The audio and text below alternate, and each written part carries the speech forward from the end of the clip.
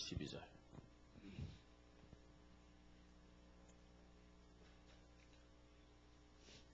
제가 한 절 읽고 여러분 한 절 읽고 교독하십시다. 헤롯 왕 때 예수께서 유대 베들레헴에서 나심에 동방으로부터 박사들이 예루살렘에 이르러 말하되 유대인의 왕으로 나시니가 어디 계시냐? 우리가 동방에서 그의 별을 보고 그에게 경배하러 왔노라 하니 헤롯 왕과 온 예루살렘이 듣고 소동한지라. 왕이 모든 제사장과 대백성의 서기관들을 모아 그리스도가 어디서 나겠느냐 물으니 이르되 유대 베들레헴이니 이는 선지자로 이렇게 기록된 바 또 유대 땅 베들레헴아 너는 유대 고을 중에서 가장 작지 아니하도다. 내게서 한 다스리는 자가 나와서 내 백성 이스라엘 목자가 되리라 하였음이니이다. 이에 헤롯이 가만히 박사들을 불러 별이 나타난 때를 자세히 묻고 베들레헴으로 보내며 이르되 가서 아기에 대하여 자세히 알아보고 찾거든 내게 고하여 나도 가서 그에게 경배하게 하라. 박사들이 왕의 말을 듣고 갈새 동방에서 보던 그 별이 문득 앞서 인도하여 가다가 아기 있는 곳 위에 머물러 서 있는지라. 그들이 별을 보고 매우 크게 기뻐하고 기뻐하더라. 집에 들어가 아기와 그의 어머니 마리아가 함께 있는 것을 보고 엎드려 아기께 경배하고 보배압을 열어 황금과 유황과 몰약을 예물로 드리니라. 그들은 꿈에 헤롯에게로 돌아가지 말라 지시하심을 받아 다른 길로 구국에 돌아가니라. 아멘. 오늘 우리가 지금 성탄 예배를 하나님 앞에 드리고 있습니다. 자칫 잘못하다가 성탄의 기쁨이 너무나 커가지고 이것이 하나님 앞에 믿음의 모습으로 서는 것이 아니라 우리 인간끼리의 어떤 즐거움과 또 기쁨을 갖는데 이렇게 만족하는 불신앙의 모습으로 성탄을 지낼 수도 있습니다. 성탄 정말 우리에게 가장 기쁜 소식인 동시에 가장 축복된 하나님의 사랑이요 선물임을 우리는 고백해야 될 줄 믿습니다. 그래서 우리는 기뻐해도 누구 앞에서요? 하나님 앞에서 기뻐하고 또 우리가 찬양을 해도 사람 앞에서 찬양하는 것이 아니라 누구에게요? 예, 하나님께 찬양하며 영광을 돌려야 될 줄 믿습니다. 그래서요 우리가 뭘 하든 간에 사람에게 보이려고 또 우리가 만족하기 위해서 하는 행위들은 믿음이 아닙니다. 예? 믿음이란 나와 하나님 관계 속에서 되어지는 모든 것들이 믿음이라는 사실을 우리는 기억해야 됩니다. 그래서 우리가 믿음으로 하지 않는 모든 것들은 하나님이 기뻐하십니까? 안 하십니까? 예? 믿음으로 하지 않는 모든 행위는 하나님 기뻐하지 않잖아요. 그렇죠? 하나님을 기쁘게 하고 하나님께 영광 돌 수 있는 유일한 것이 있다면 그게 뭐냐? 믿음입니다. 아멘. 하나님을 기쁘게 하는 믿음으로 우리는 오늘도 예배를 드리고 찬양을 하고 또 이 성탄을 지내드릴 줄 믿습니다. 제가 이제 뭐 한국에서는 뭐 별로 이제 그런 일들이 없습니다만 중국 가서 이렇게 메시지를 하고 메시지 끝날 때 꼭 사람들이 박수를 쳐요. 박수를 치는데 참 민망을 해요. 민망해요, 굉장히. 그 박수 받는 자체가. 그래서 할 수 있으면 박수하지 말라고 그래요.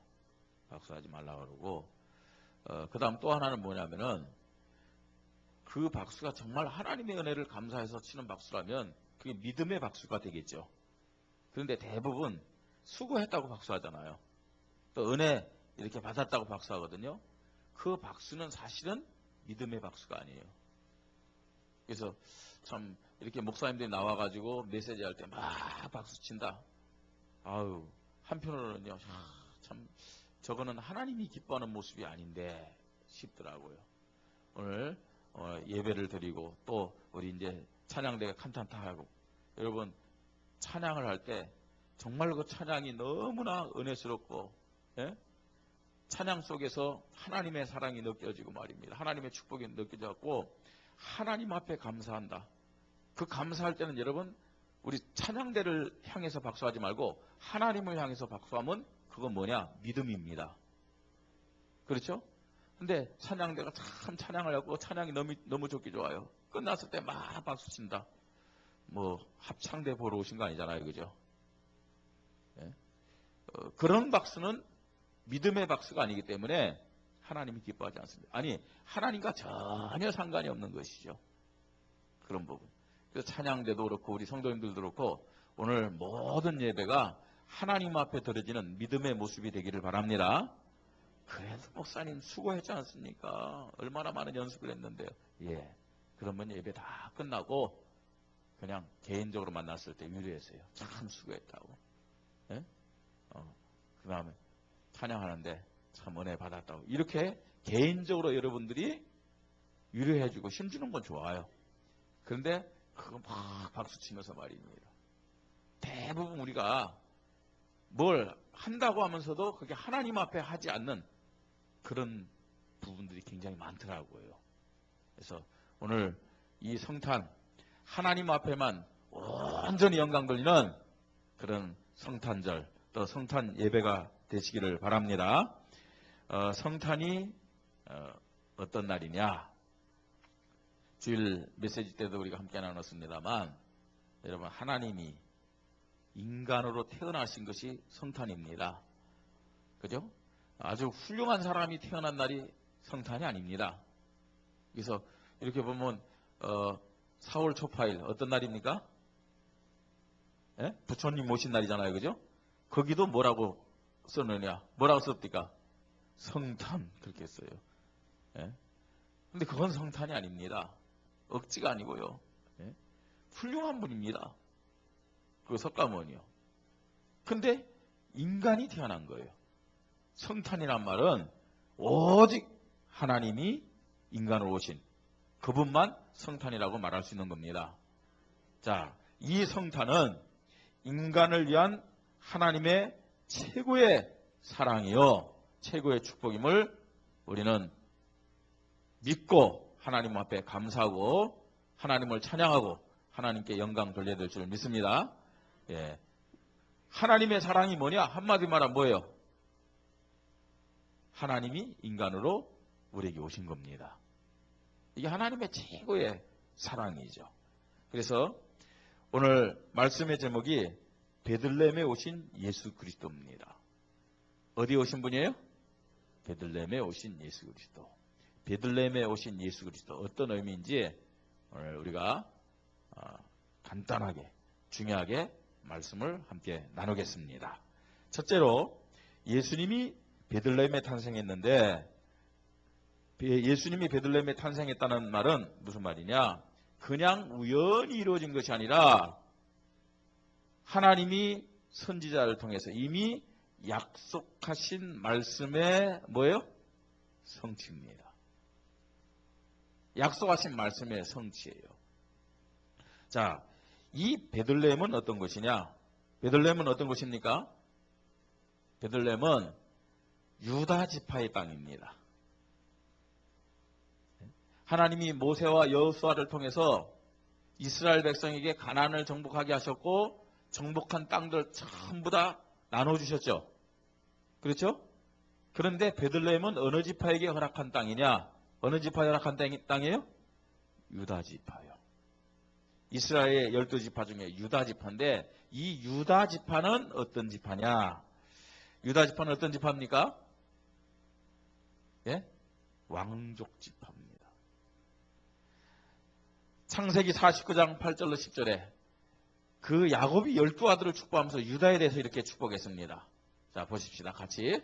유다야, 너는 네 형제의 찬송이 될지라.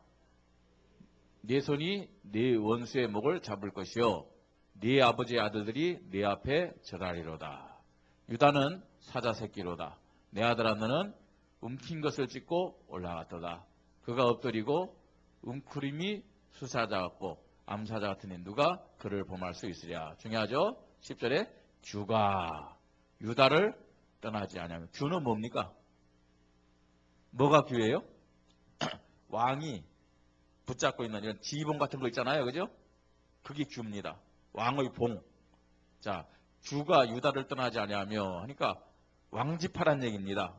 그러면서 뭐라고요? 예. 뭡니까? 통치자의 지팡이가 그 발 사이에서 떠나지 아니하기를 누가 오시기까지요? 실로가 오시기까지. 이 실로는 누굴 말하느냐? 메시아를 말하는 거예요. 실로가 오시기까지 이르리니 그에게 모든 백성이 복종하리로다. 그랬어요. 그러니까 메시아가 어느 지파를 통해서 오신다고요? 유다 지파를 통해서 오실 것을 말씀하고 있습니다. 자, 이 유다 지파에서 어떤 왕이 태어났나요? 대표적인 왕, 어떤 왕이 태어났어요? 다윗 왕이 태어났죠? 그 다윗 왕의 고향이 어딘 줄 아세요? 베들레헴입니다. 다윗 왕의 고향이 베들레헴이에요. 자, 그리고요, 미가서 5장 2절에는 이 메시아가 구체적으로 어디서 탄생할 것이냐? 장소까지 말씀했습니다. 뭐라고요? 베들레헴아, 베들레헴 에브라다야. 너는 유다 족속 중에 작을지라도 이스라엘을 다스린 자가 네게서 내게로 나올 것이라. 그렇게 말씀하고 있습니다. 이 베들레헴은 유다 지파의 땅 중에서 지극히 작은, 아주 작은 데예요. 원주로 따진다면 어딜까요? 저 부른이나 어떤 신림이나 뭐 그 정도 되겠죠, 막. 그러니까 이 유다 지파 그 땅 중에서도 제일 이제 예루살렘에서 한창 남쪽으로 말입니다. 제일 산골 동네예요. 가장 작은 곳. 이게 베들레헴입니다. 근데 그 베들레헴에서 메시아가 탄생할 것을 말씀을 하고 있습니다. 어떻게 탄생하냐? 마태복음 1장 1절. 아브라함과 다윗의 자손 예수 그리스도의 세계라. 다윗의 그 혈통으로, 다윗의 후손으로 오실 것을 말씀하고 있습니다. 그래서 우연히 예수님이 베들레헴에서 탄생하신 것이 아니라 하나님이 약속하신 그 말씀대로 약속의 성취로 베들레헴에서 탄생한 만왕의 왕이심을 믿으시 바랍니다. 자, 두 번째입니다. 그런데 예수님이 태어난 이 베들레헴 어떤 곳이냐 하는 겁니다. 어떤 곳이라고요? 유다 지파의 땅 중에서도 가장 작고 이를테면요 좀 천한 낮은 고을이에요. 거기야요. 낮고 낮은 곳에 유명한 자가 아니고 무명한 자의 모습으로 태어났습니다. 성경 보니까 원래 예수님은 사실은 그 부모들이 이 베들레헴에서 살지는 않았잖아요, 그죠? 저 갈릴리에서 사시다가 갈릴리 나사렛에서 사시다가 이 호족하기 위해서 본 동네로 간 거예요. 유다 지파 이 베들레헴으로 간 거예요. 자, 갔는데 그 베들레헴으로 굳이 가게 하신 이유가 뭐냐? 그렇게 약속된 말씀이기 때문에요. 자, 베들레헴의 의미가 뭐냐? 떡집입니다. 떡집. 네? 뭐 화려한 도시가 아니고 말입니다. 아주 낮고 여러 가지 시설도 열악한 그런 지역이 베들레헴입니다. 빌립보서 2장 6절로 7절 보니까 예수님이 이 땅에 오시고 베들레헴에 또 마구간에서 탄생하신 것을 어떻게 표현하고 있어요? 그는 하나님의 본체시나 하나님과 동등됨을 취할 것으로 여기지 아니하시고 오히려 자기를 비워 어떤 모습으로 왔다고요? 종의 형체를 가지고 사람들과 같이 되었으니 그렇게 말씀하고 있어요. 종의 형체를 가지고 가장 이 천박하고 그 다음에 무명한 그 골 베들레헴에 탄생했음을 볼 수가 있습니다. 사람들이 베들레헴이 어디 있느냐 잘 알 수도 없는 것이에요. 네? 그걸 찾아가려면 말입니다. 정말 무덤으로 찾아가야 되는 그런요 저 시골과 같은 그런 베들레헴. 자, 여기에서 예수님이 탄생하셨어요. 그것도요 어디에서요? 베들레헴 중에서 어디서요? 마구간에서. 그러니까요 예수님이 낮아질 대로 낮아진 거예요. 낮아질 대로 낮아진. 베들레헴 한마디로 뭐냐? 낮고 천한 곳입니다. 종으로 오신 예수님이 태어나시기에 가장 합당하게 예비된 그 장소가 어디냐? 어디라고요? 베들레헴 마구간입니다. 베들레헴 마구간. 자, 세 번째입니다. 그런데 우리가 중요하게 알아야 될 것이 있어요. 지금요, 모든 예수 믿는 자들이 베들레헴 하면 알아요, 몰라요? 모든 예수 믿는 자들 베들레헴 하면 알아요, 몰라요? 베들레헴이란 그 지명을 알아요, 몰라요? 알죠. 예? 예수 믿는 사람들뿐만 아닙니다. 저 이슬람을 믿는 사람들도 베들레헴 하면 다 합니다. 그 다음에 예수를 믿지 않고 이슬람을 믿지 않아도 웬만큼 상식 있는 사람들도 베들레헴 하면 알아요, 몰라요? 알아요. 그 시골 마을, 네? 지금도 인구가 10만도 안 된답니다. 그 베들레헴이란 이스라엘 땅도 아니고 지금 팔레스타인 땅이에요. 근데 많은 사람들이 이 베들레헴이란 그 도시를 알아요. 네? 그만큼 유명해졌다는 얘기 아닙니까? 그죠? 어떻게 그 베들레헴이란 작은 골이 그렇게 유명해졌겠어요? 누가 오셨기 때문에요? 그 작은 고을 말입니다. 무명한 도시, 거기에 예수 그리스도가 탄생했기 때문에. 아멘? 무슨 말입니까? 변화된 거예요. 변화된 거예요. 저와 여러분의 모습을 성경은 여러 가지로 표현을 하고 있습니다. 고린도서 4장 7절에는 우리의 모습을 어떻게 표현하고 있느냐? 뭐가 같은 존재라고요? 질그릇과 같은 존재라고 그랬어요. 질그릇과 같은 존재. 이번에 제가 중국 광주를 갔는데, 뭐 광주에 갔더니 그 우리 이장원 선교사님이 저를 이제 이렇게 안내하면 설명하는데, 뭐 몇 가지 막 설명하는데 딱 들어오는 게 뭐냐면 세계에서 최대, 이걸 여러 번 설명하더라고요. 예? 우리 여자 성도님들이 뭐 이렇게 얘기하면 그렇게 할 수 있겠습니다만 세계에서 최고로 그 거래시장이 있대요. 우리는요 그런 데 가면 헷갈려서 더 못 사겠더라고요. 그죠? 한두 개 있는데 가면 얼른 고를 건데 세계에서 최고로 큰 그릇 도매 시장이 있대요. 거기 가면 어떻게 물건 살까요? 이거 살려면 저기가 더 좋게 보이고요. 예. 그 다음에 세계에서 두 번째 큰 놀이공원이 있대요. 얼마나 큰지요? 거기 입장은요, 차가 없는 사람은 입장 안 시킨대요. 차를 타고 이동해야 되는가, 거기서도. 세계에서 제일 큰 골프 연습장이 있대요. 뭘 세계에서 늘 그렇게 얘기하는 거 있죠. 세계에서 제일 크고. 세계에서 제일 큰 그릇 도매 시장 가가지고 질그릇이 있다. 예? 그건 우리 눈에 띄겠어요? 수많은 말입니다. 종류의 그릇이 있을 텐데 말입니다. 질그릇은 값도 쌀고, 그 다음에 이 강도도 그렇게 강하지 않습니다. 요즘에는요, 질그릇 가지고 개밥그릇도 안 해요. 물립니다, 그러면요. 개를 무시하나. 그런데 성경은 어떻게 표현하고 있느냐?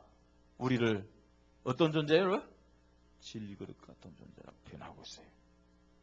이런 우리를 하나님이 어떻게 축복했느냐? 이런 우리에게 예수 그리스도가 오심으로 우리가 어떤 자로 변화됐느냐 하는 겁니다. 어떤 자로 변화됐습니까? 고린도전서 3장 16절에는 어떤 자로 변화됐다고요? 너희가 하나님의 뭐라고요? 성전인 것과 하나님의 성령이 너희 안에 계시는 것을 알지 못하느냐. 여러분, 우리는 성전 됐어요. 성전. 예? 하나님이 함께 하시는 거룩한 성전이 됐단 말이에요. 어떻게 변화됐습니까? 예수 그리스도가 우리에게 오심으로 말미암아. 아멘. 우리가 잘 아는 말씀입니다. 베드로전서 2장 9절. 너희는 어떻게 해요? 택하신 족속이요, 왕 같은 누구라고요? 제사장이요. 거룩한 나라요. 그의 뭐라고요? 소유된 백성이니. 아멘. 어떻게 해요? 우리가 어떻게 이런 축복을 받았습니까? 어떻게 이렇게 인생이 변화됐습니까? 어떻게 변화된 거예요? 하나님이신 예수 그리스도가 나에게 오심으로 내가 이렇게 변화된 인생이 된 것을 확신하시고 하나님 앞에 감사하시기를 바랍니다. 예수님이 베들레헴에 오심으로 말미암아 베들레헴이 변화됐다니까요. 그 무명한 고을이 말입니다. 그 작은 고을이 어떻게 됐느냐? 가장 가치 있는 도시. 모든 사람의 관심을 갖는 도시로, 모든 사람이 다 아는 도시로 변화된 것을 보세요. 여러분, 그 베들레헴을 얻기 위해서 이스라엘과 팔레스타인이 막 싸우고 말입니다. 기독교와 또 이슬람이 싸우고, 그 베들레헴 작은 고을이 뭔데요? 그게 예수님이 탄생한 거예요. 예수가 그리스도로 정말로 우리 마음속에 왔다면 당연히 우리는 변화될 줄 믿습니다. 질그릇 같은 그런 수준을 가지고, 그런 체질을 가지고 계속적으로 산다는 것은 그건요, 정말로 예수 그리스도가 우리에게 오셨다고 할 수도 없는 거죠. 하나님이신 예수 그리스도가 우리에게 오셨는데요, 그 하나님이신 예수 그리스도의 능력은 창조의 능력인 줄 믿으시 바랍니다. 내가 변하지 않으려고 해도 변화될 수밖에 없는 거예요. 우리의 가치관이 변화될 줄 믿으시 바랍니다. 우리의 생각이 당연히 변화되어야 되죠. 아니, 우리의 모습 자체도 변화될 줄 믿습니다.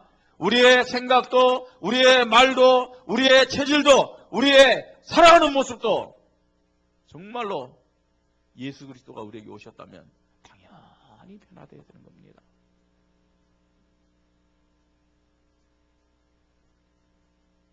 여러분, 어디에 관심을 가지고 어디에 가치를 두고 살아가십니까?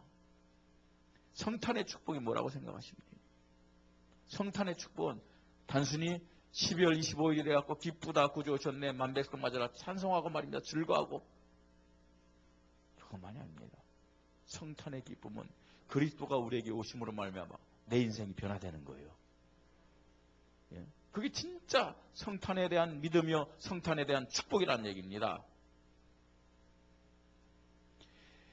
베들레헴에 오신 예수 그리스도, 이 말이 무슨 말입니까?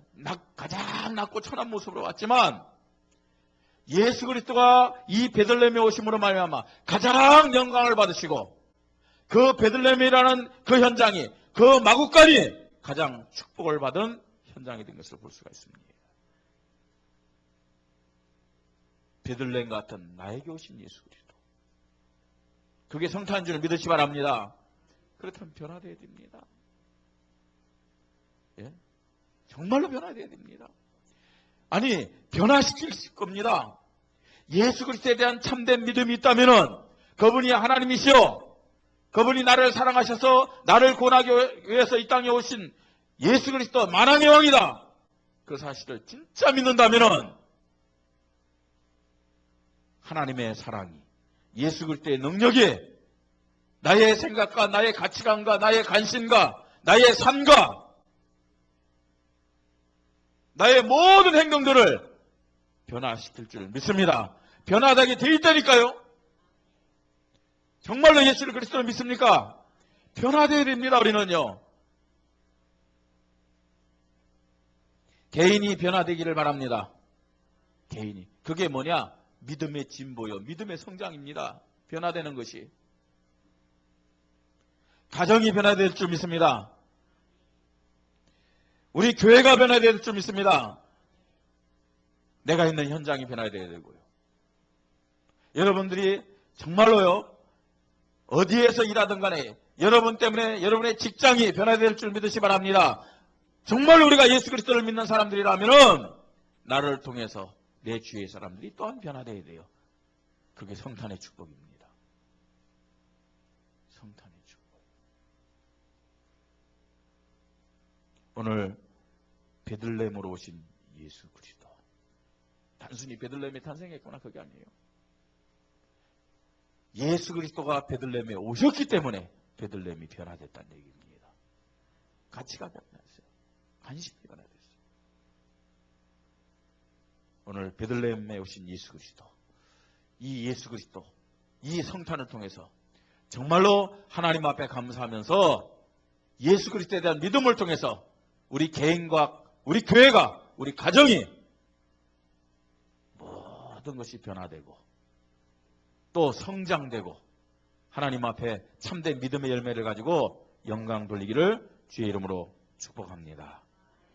그래, 잠깐 한 1분 동안만 베들레헴 같은 나에게, 마국간 같은 나에게, 질그릇 같은 나에게 예수 그리스도가 오셨습니다. 이것이 진정한 성탄인 줄 믿습니다. 예수 그리스도가 오심으로 변화된 것처럼, 베들레헴이 변화된 것처럼, 마국간이 변화된 것처럼 내 인생이 변화되게 하여 주시옵소서. 나를 통해서 우리 가정이 변화되게 하시고 우리 교회가 변화되게 하시고 현장이 나와 관계된 사람들이 변화되게 하여 주시옵소서. 생각이 변화되게 하시고 가치가 변화되게 하시고 삶이 변화되게 하여 주시옵소서. 한 1분 동안만 우리 함께 하나님 앞에 믿음을 고백하겠습니다. 기도드립시다. 하나님 아버지, 은혜를 감사를 드립니다. 하나님 우리를 사랑하여 주셔서 독생자 예수 그리스도를 이 땅에 보내신 성탄의 은혜와 축복, 사랑을 허락하여 주시니 감사합니다. 하나님, 화려한 예루살렘 그 성전에 예수님이 오시지 아니하시고 저 작은 고을 베들레헴 마국간에 예수님이 오셨습니다. 말씀대로 예수님이 오셨고 낮고 천한데 예수님이 오셨습니다만 예수 그리스도가 오심으로 하나님 베들레헴이 그 마국간이 변화되었습니다. 가장 가치 있게 되었습니다. 하나님 아버지, 질그릇 같은 존재였던 나에게, 우리 가정에, 우리 교회에 예수 그리스도가 오셨습니다. 변화될 수밖에 없는 믿음을 허락하여 주시옵소서. 예수 그리스도에 대한 참된 믿음을 가질 때 성전에 축복을 받았고 왕같은 제사장, 거룩한 나라, 택한 백성, 소유된 백성으로 우리는 변화되었습니다. 하나님이여, 정말로 이제는 우리의 생각이, 기준이, 관심이, 가치가 변화되도록 역사하여 주시옵소서. 우리의 체질이 변화되게 하시고 우리의 말이 변화되게 하시고 우리의 행동이 변화되게 하시고 우리의 삶이 변화되는 믿음의 성장이 있게 하여 주시옵소서. 하나님 아버지, 그래서 정말로 하나님이 우리에게 주신 은혜, 사랑, 그리스도의 축복을 우리가 삶의 열매로 나타내며 하나님 앞에 영광 돌리는 은혜를 허락하여 주시옵소서. 주 예수 그리스도 이름으로 기도드립니다.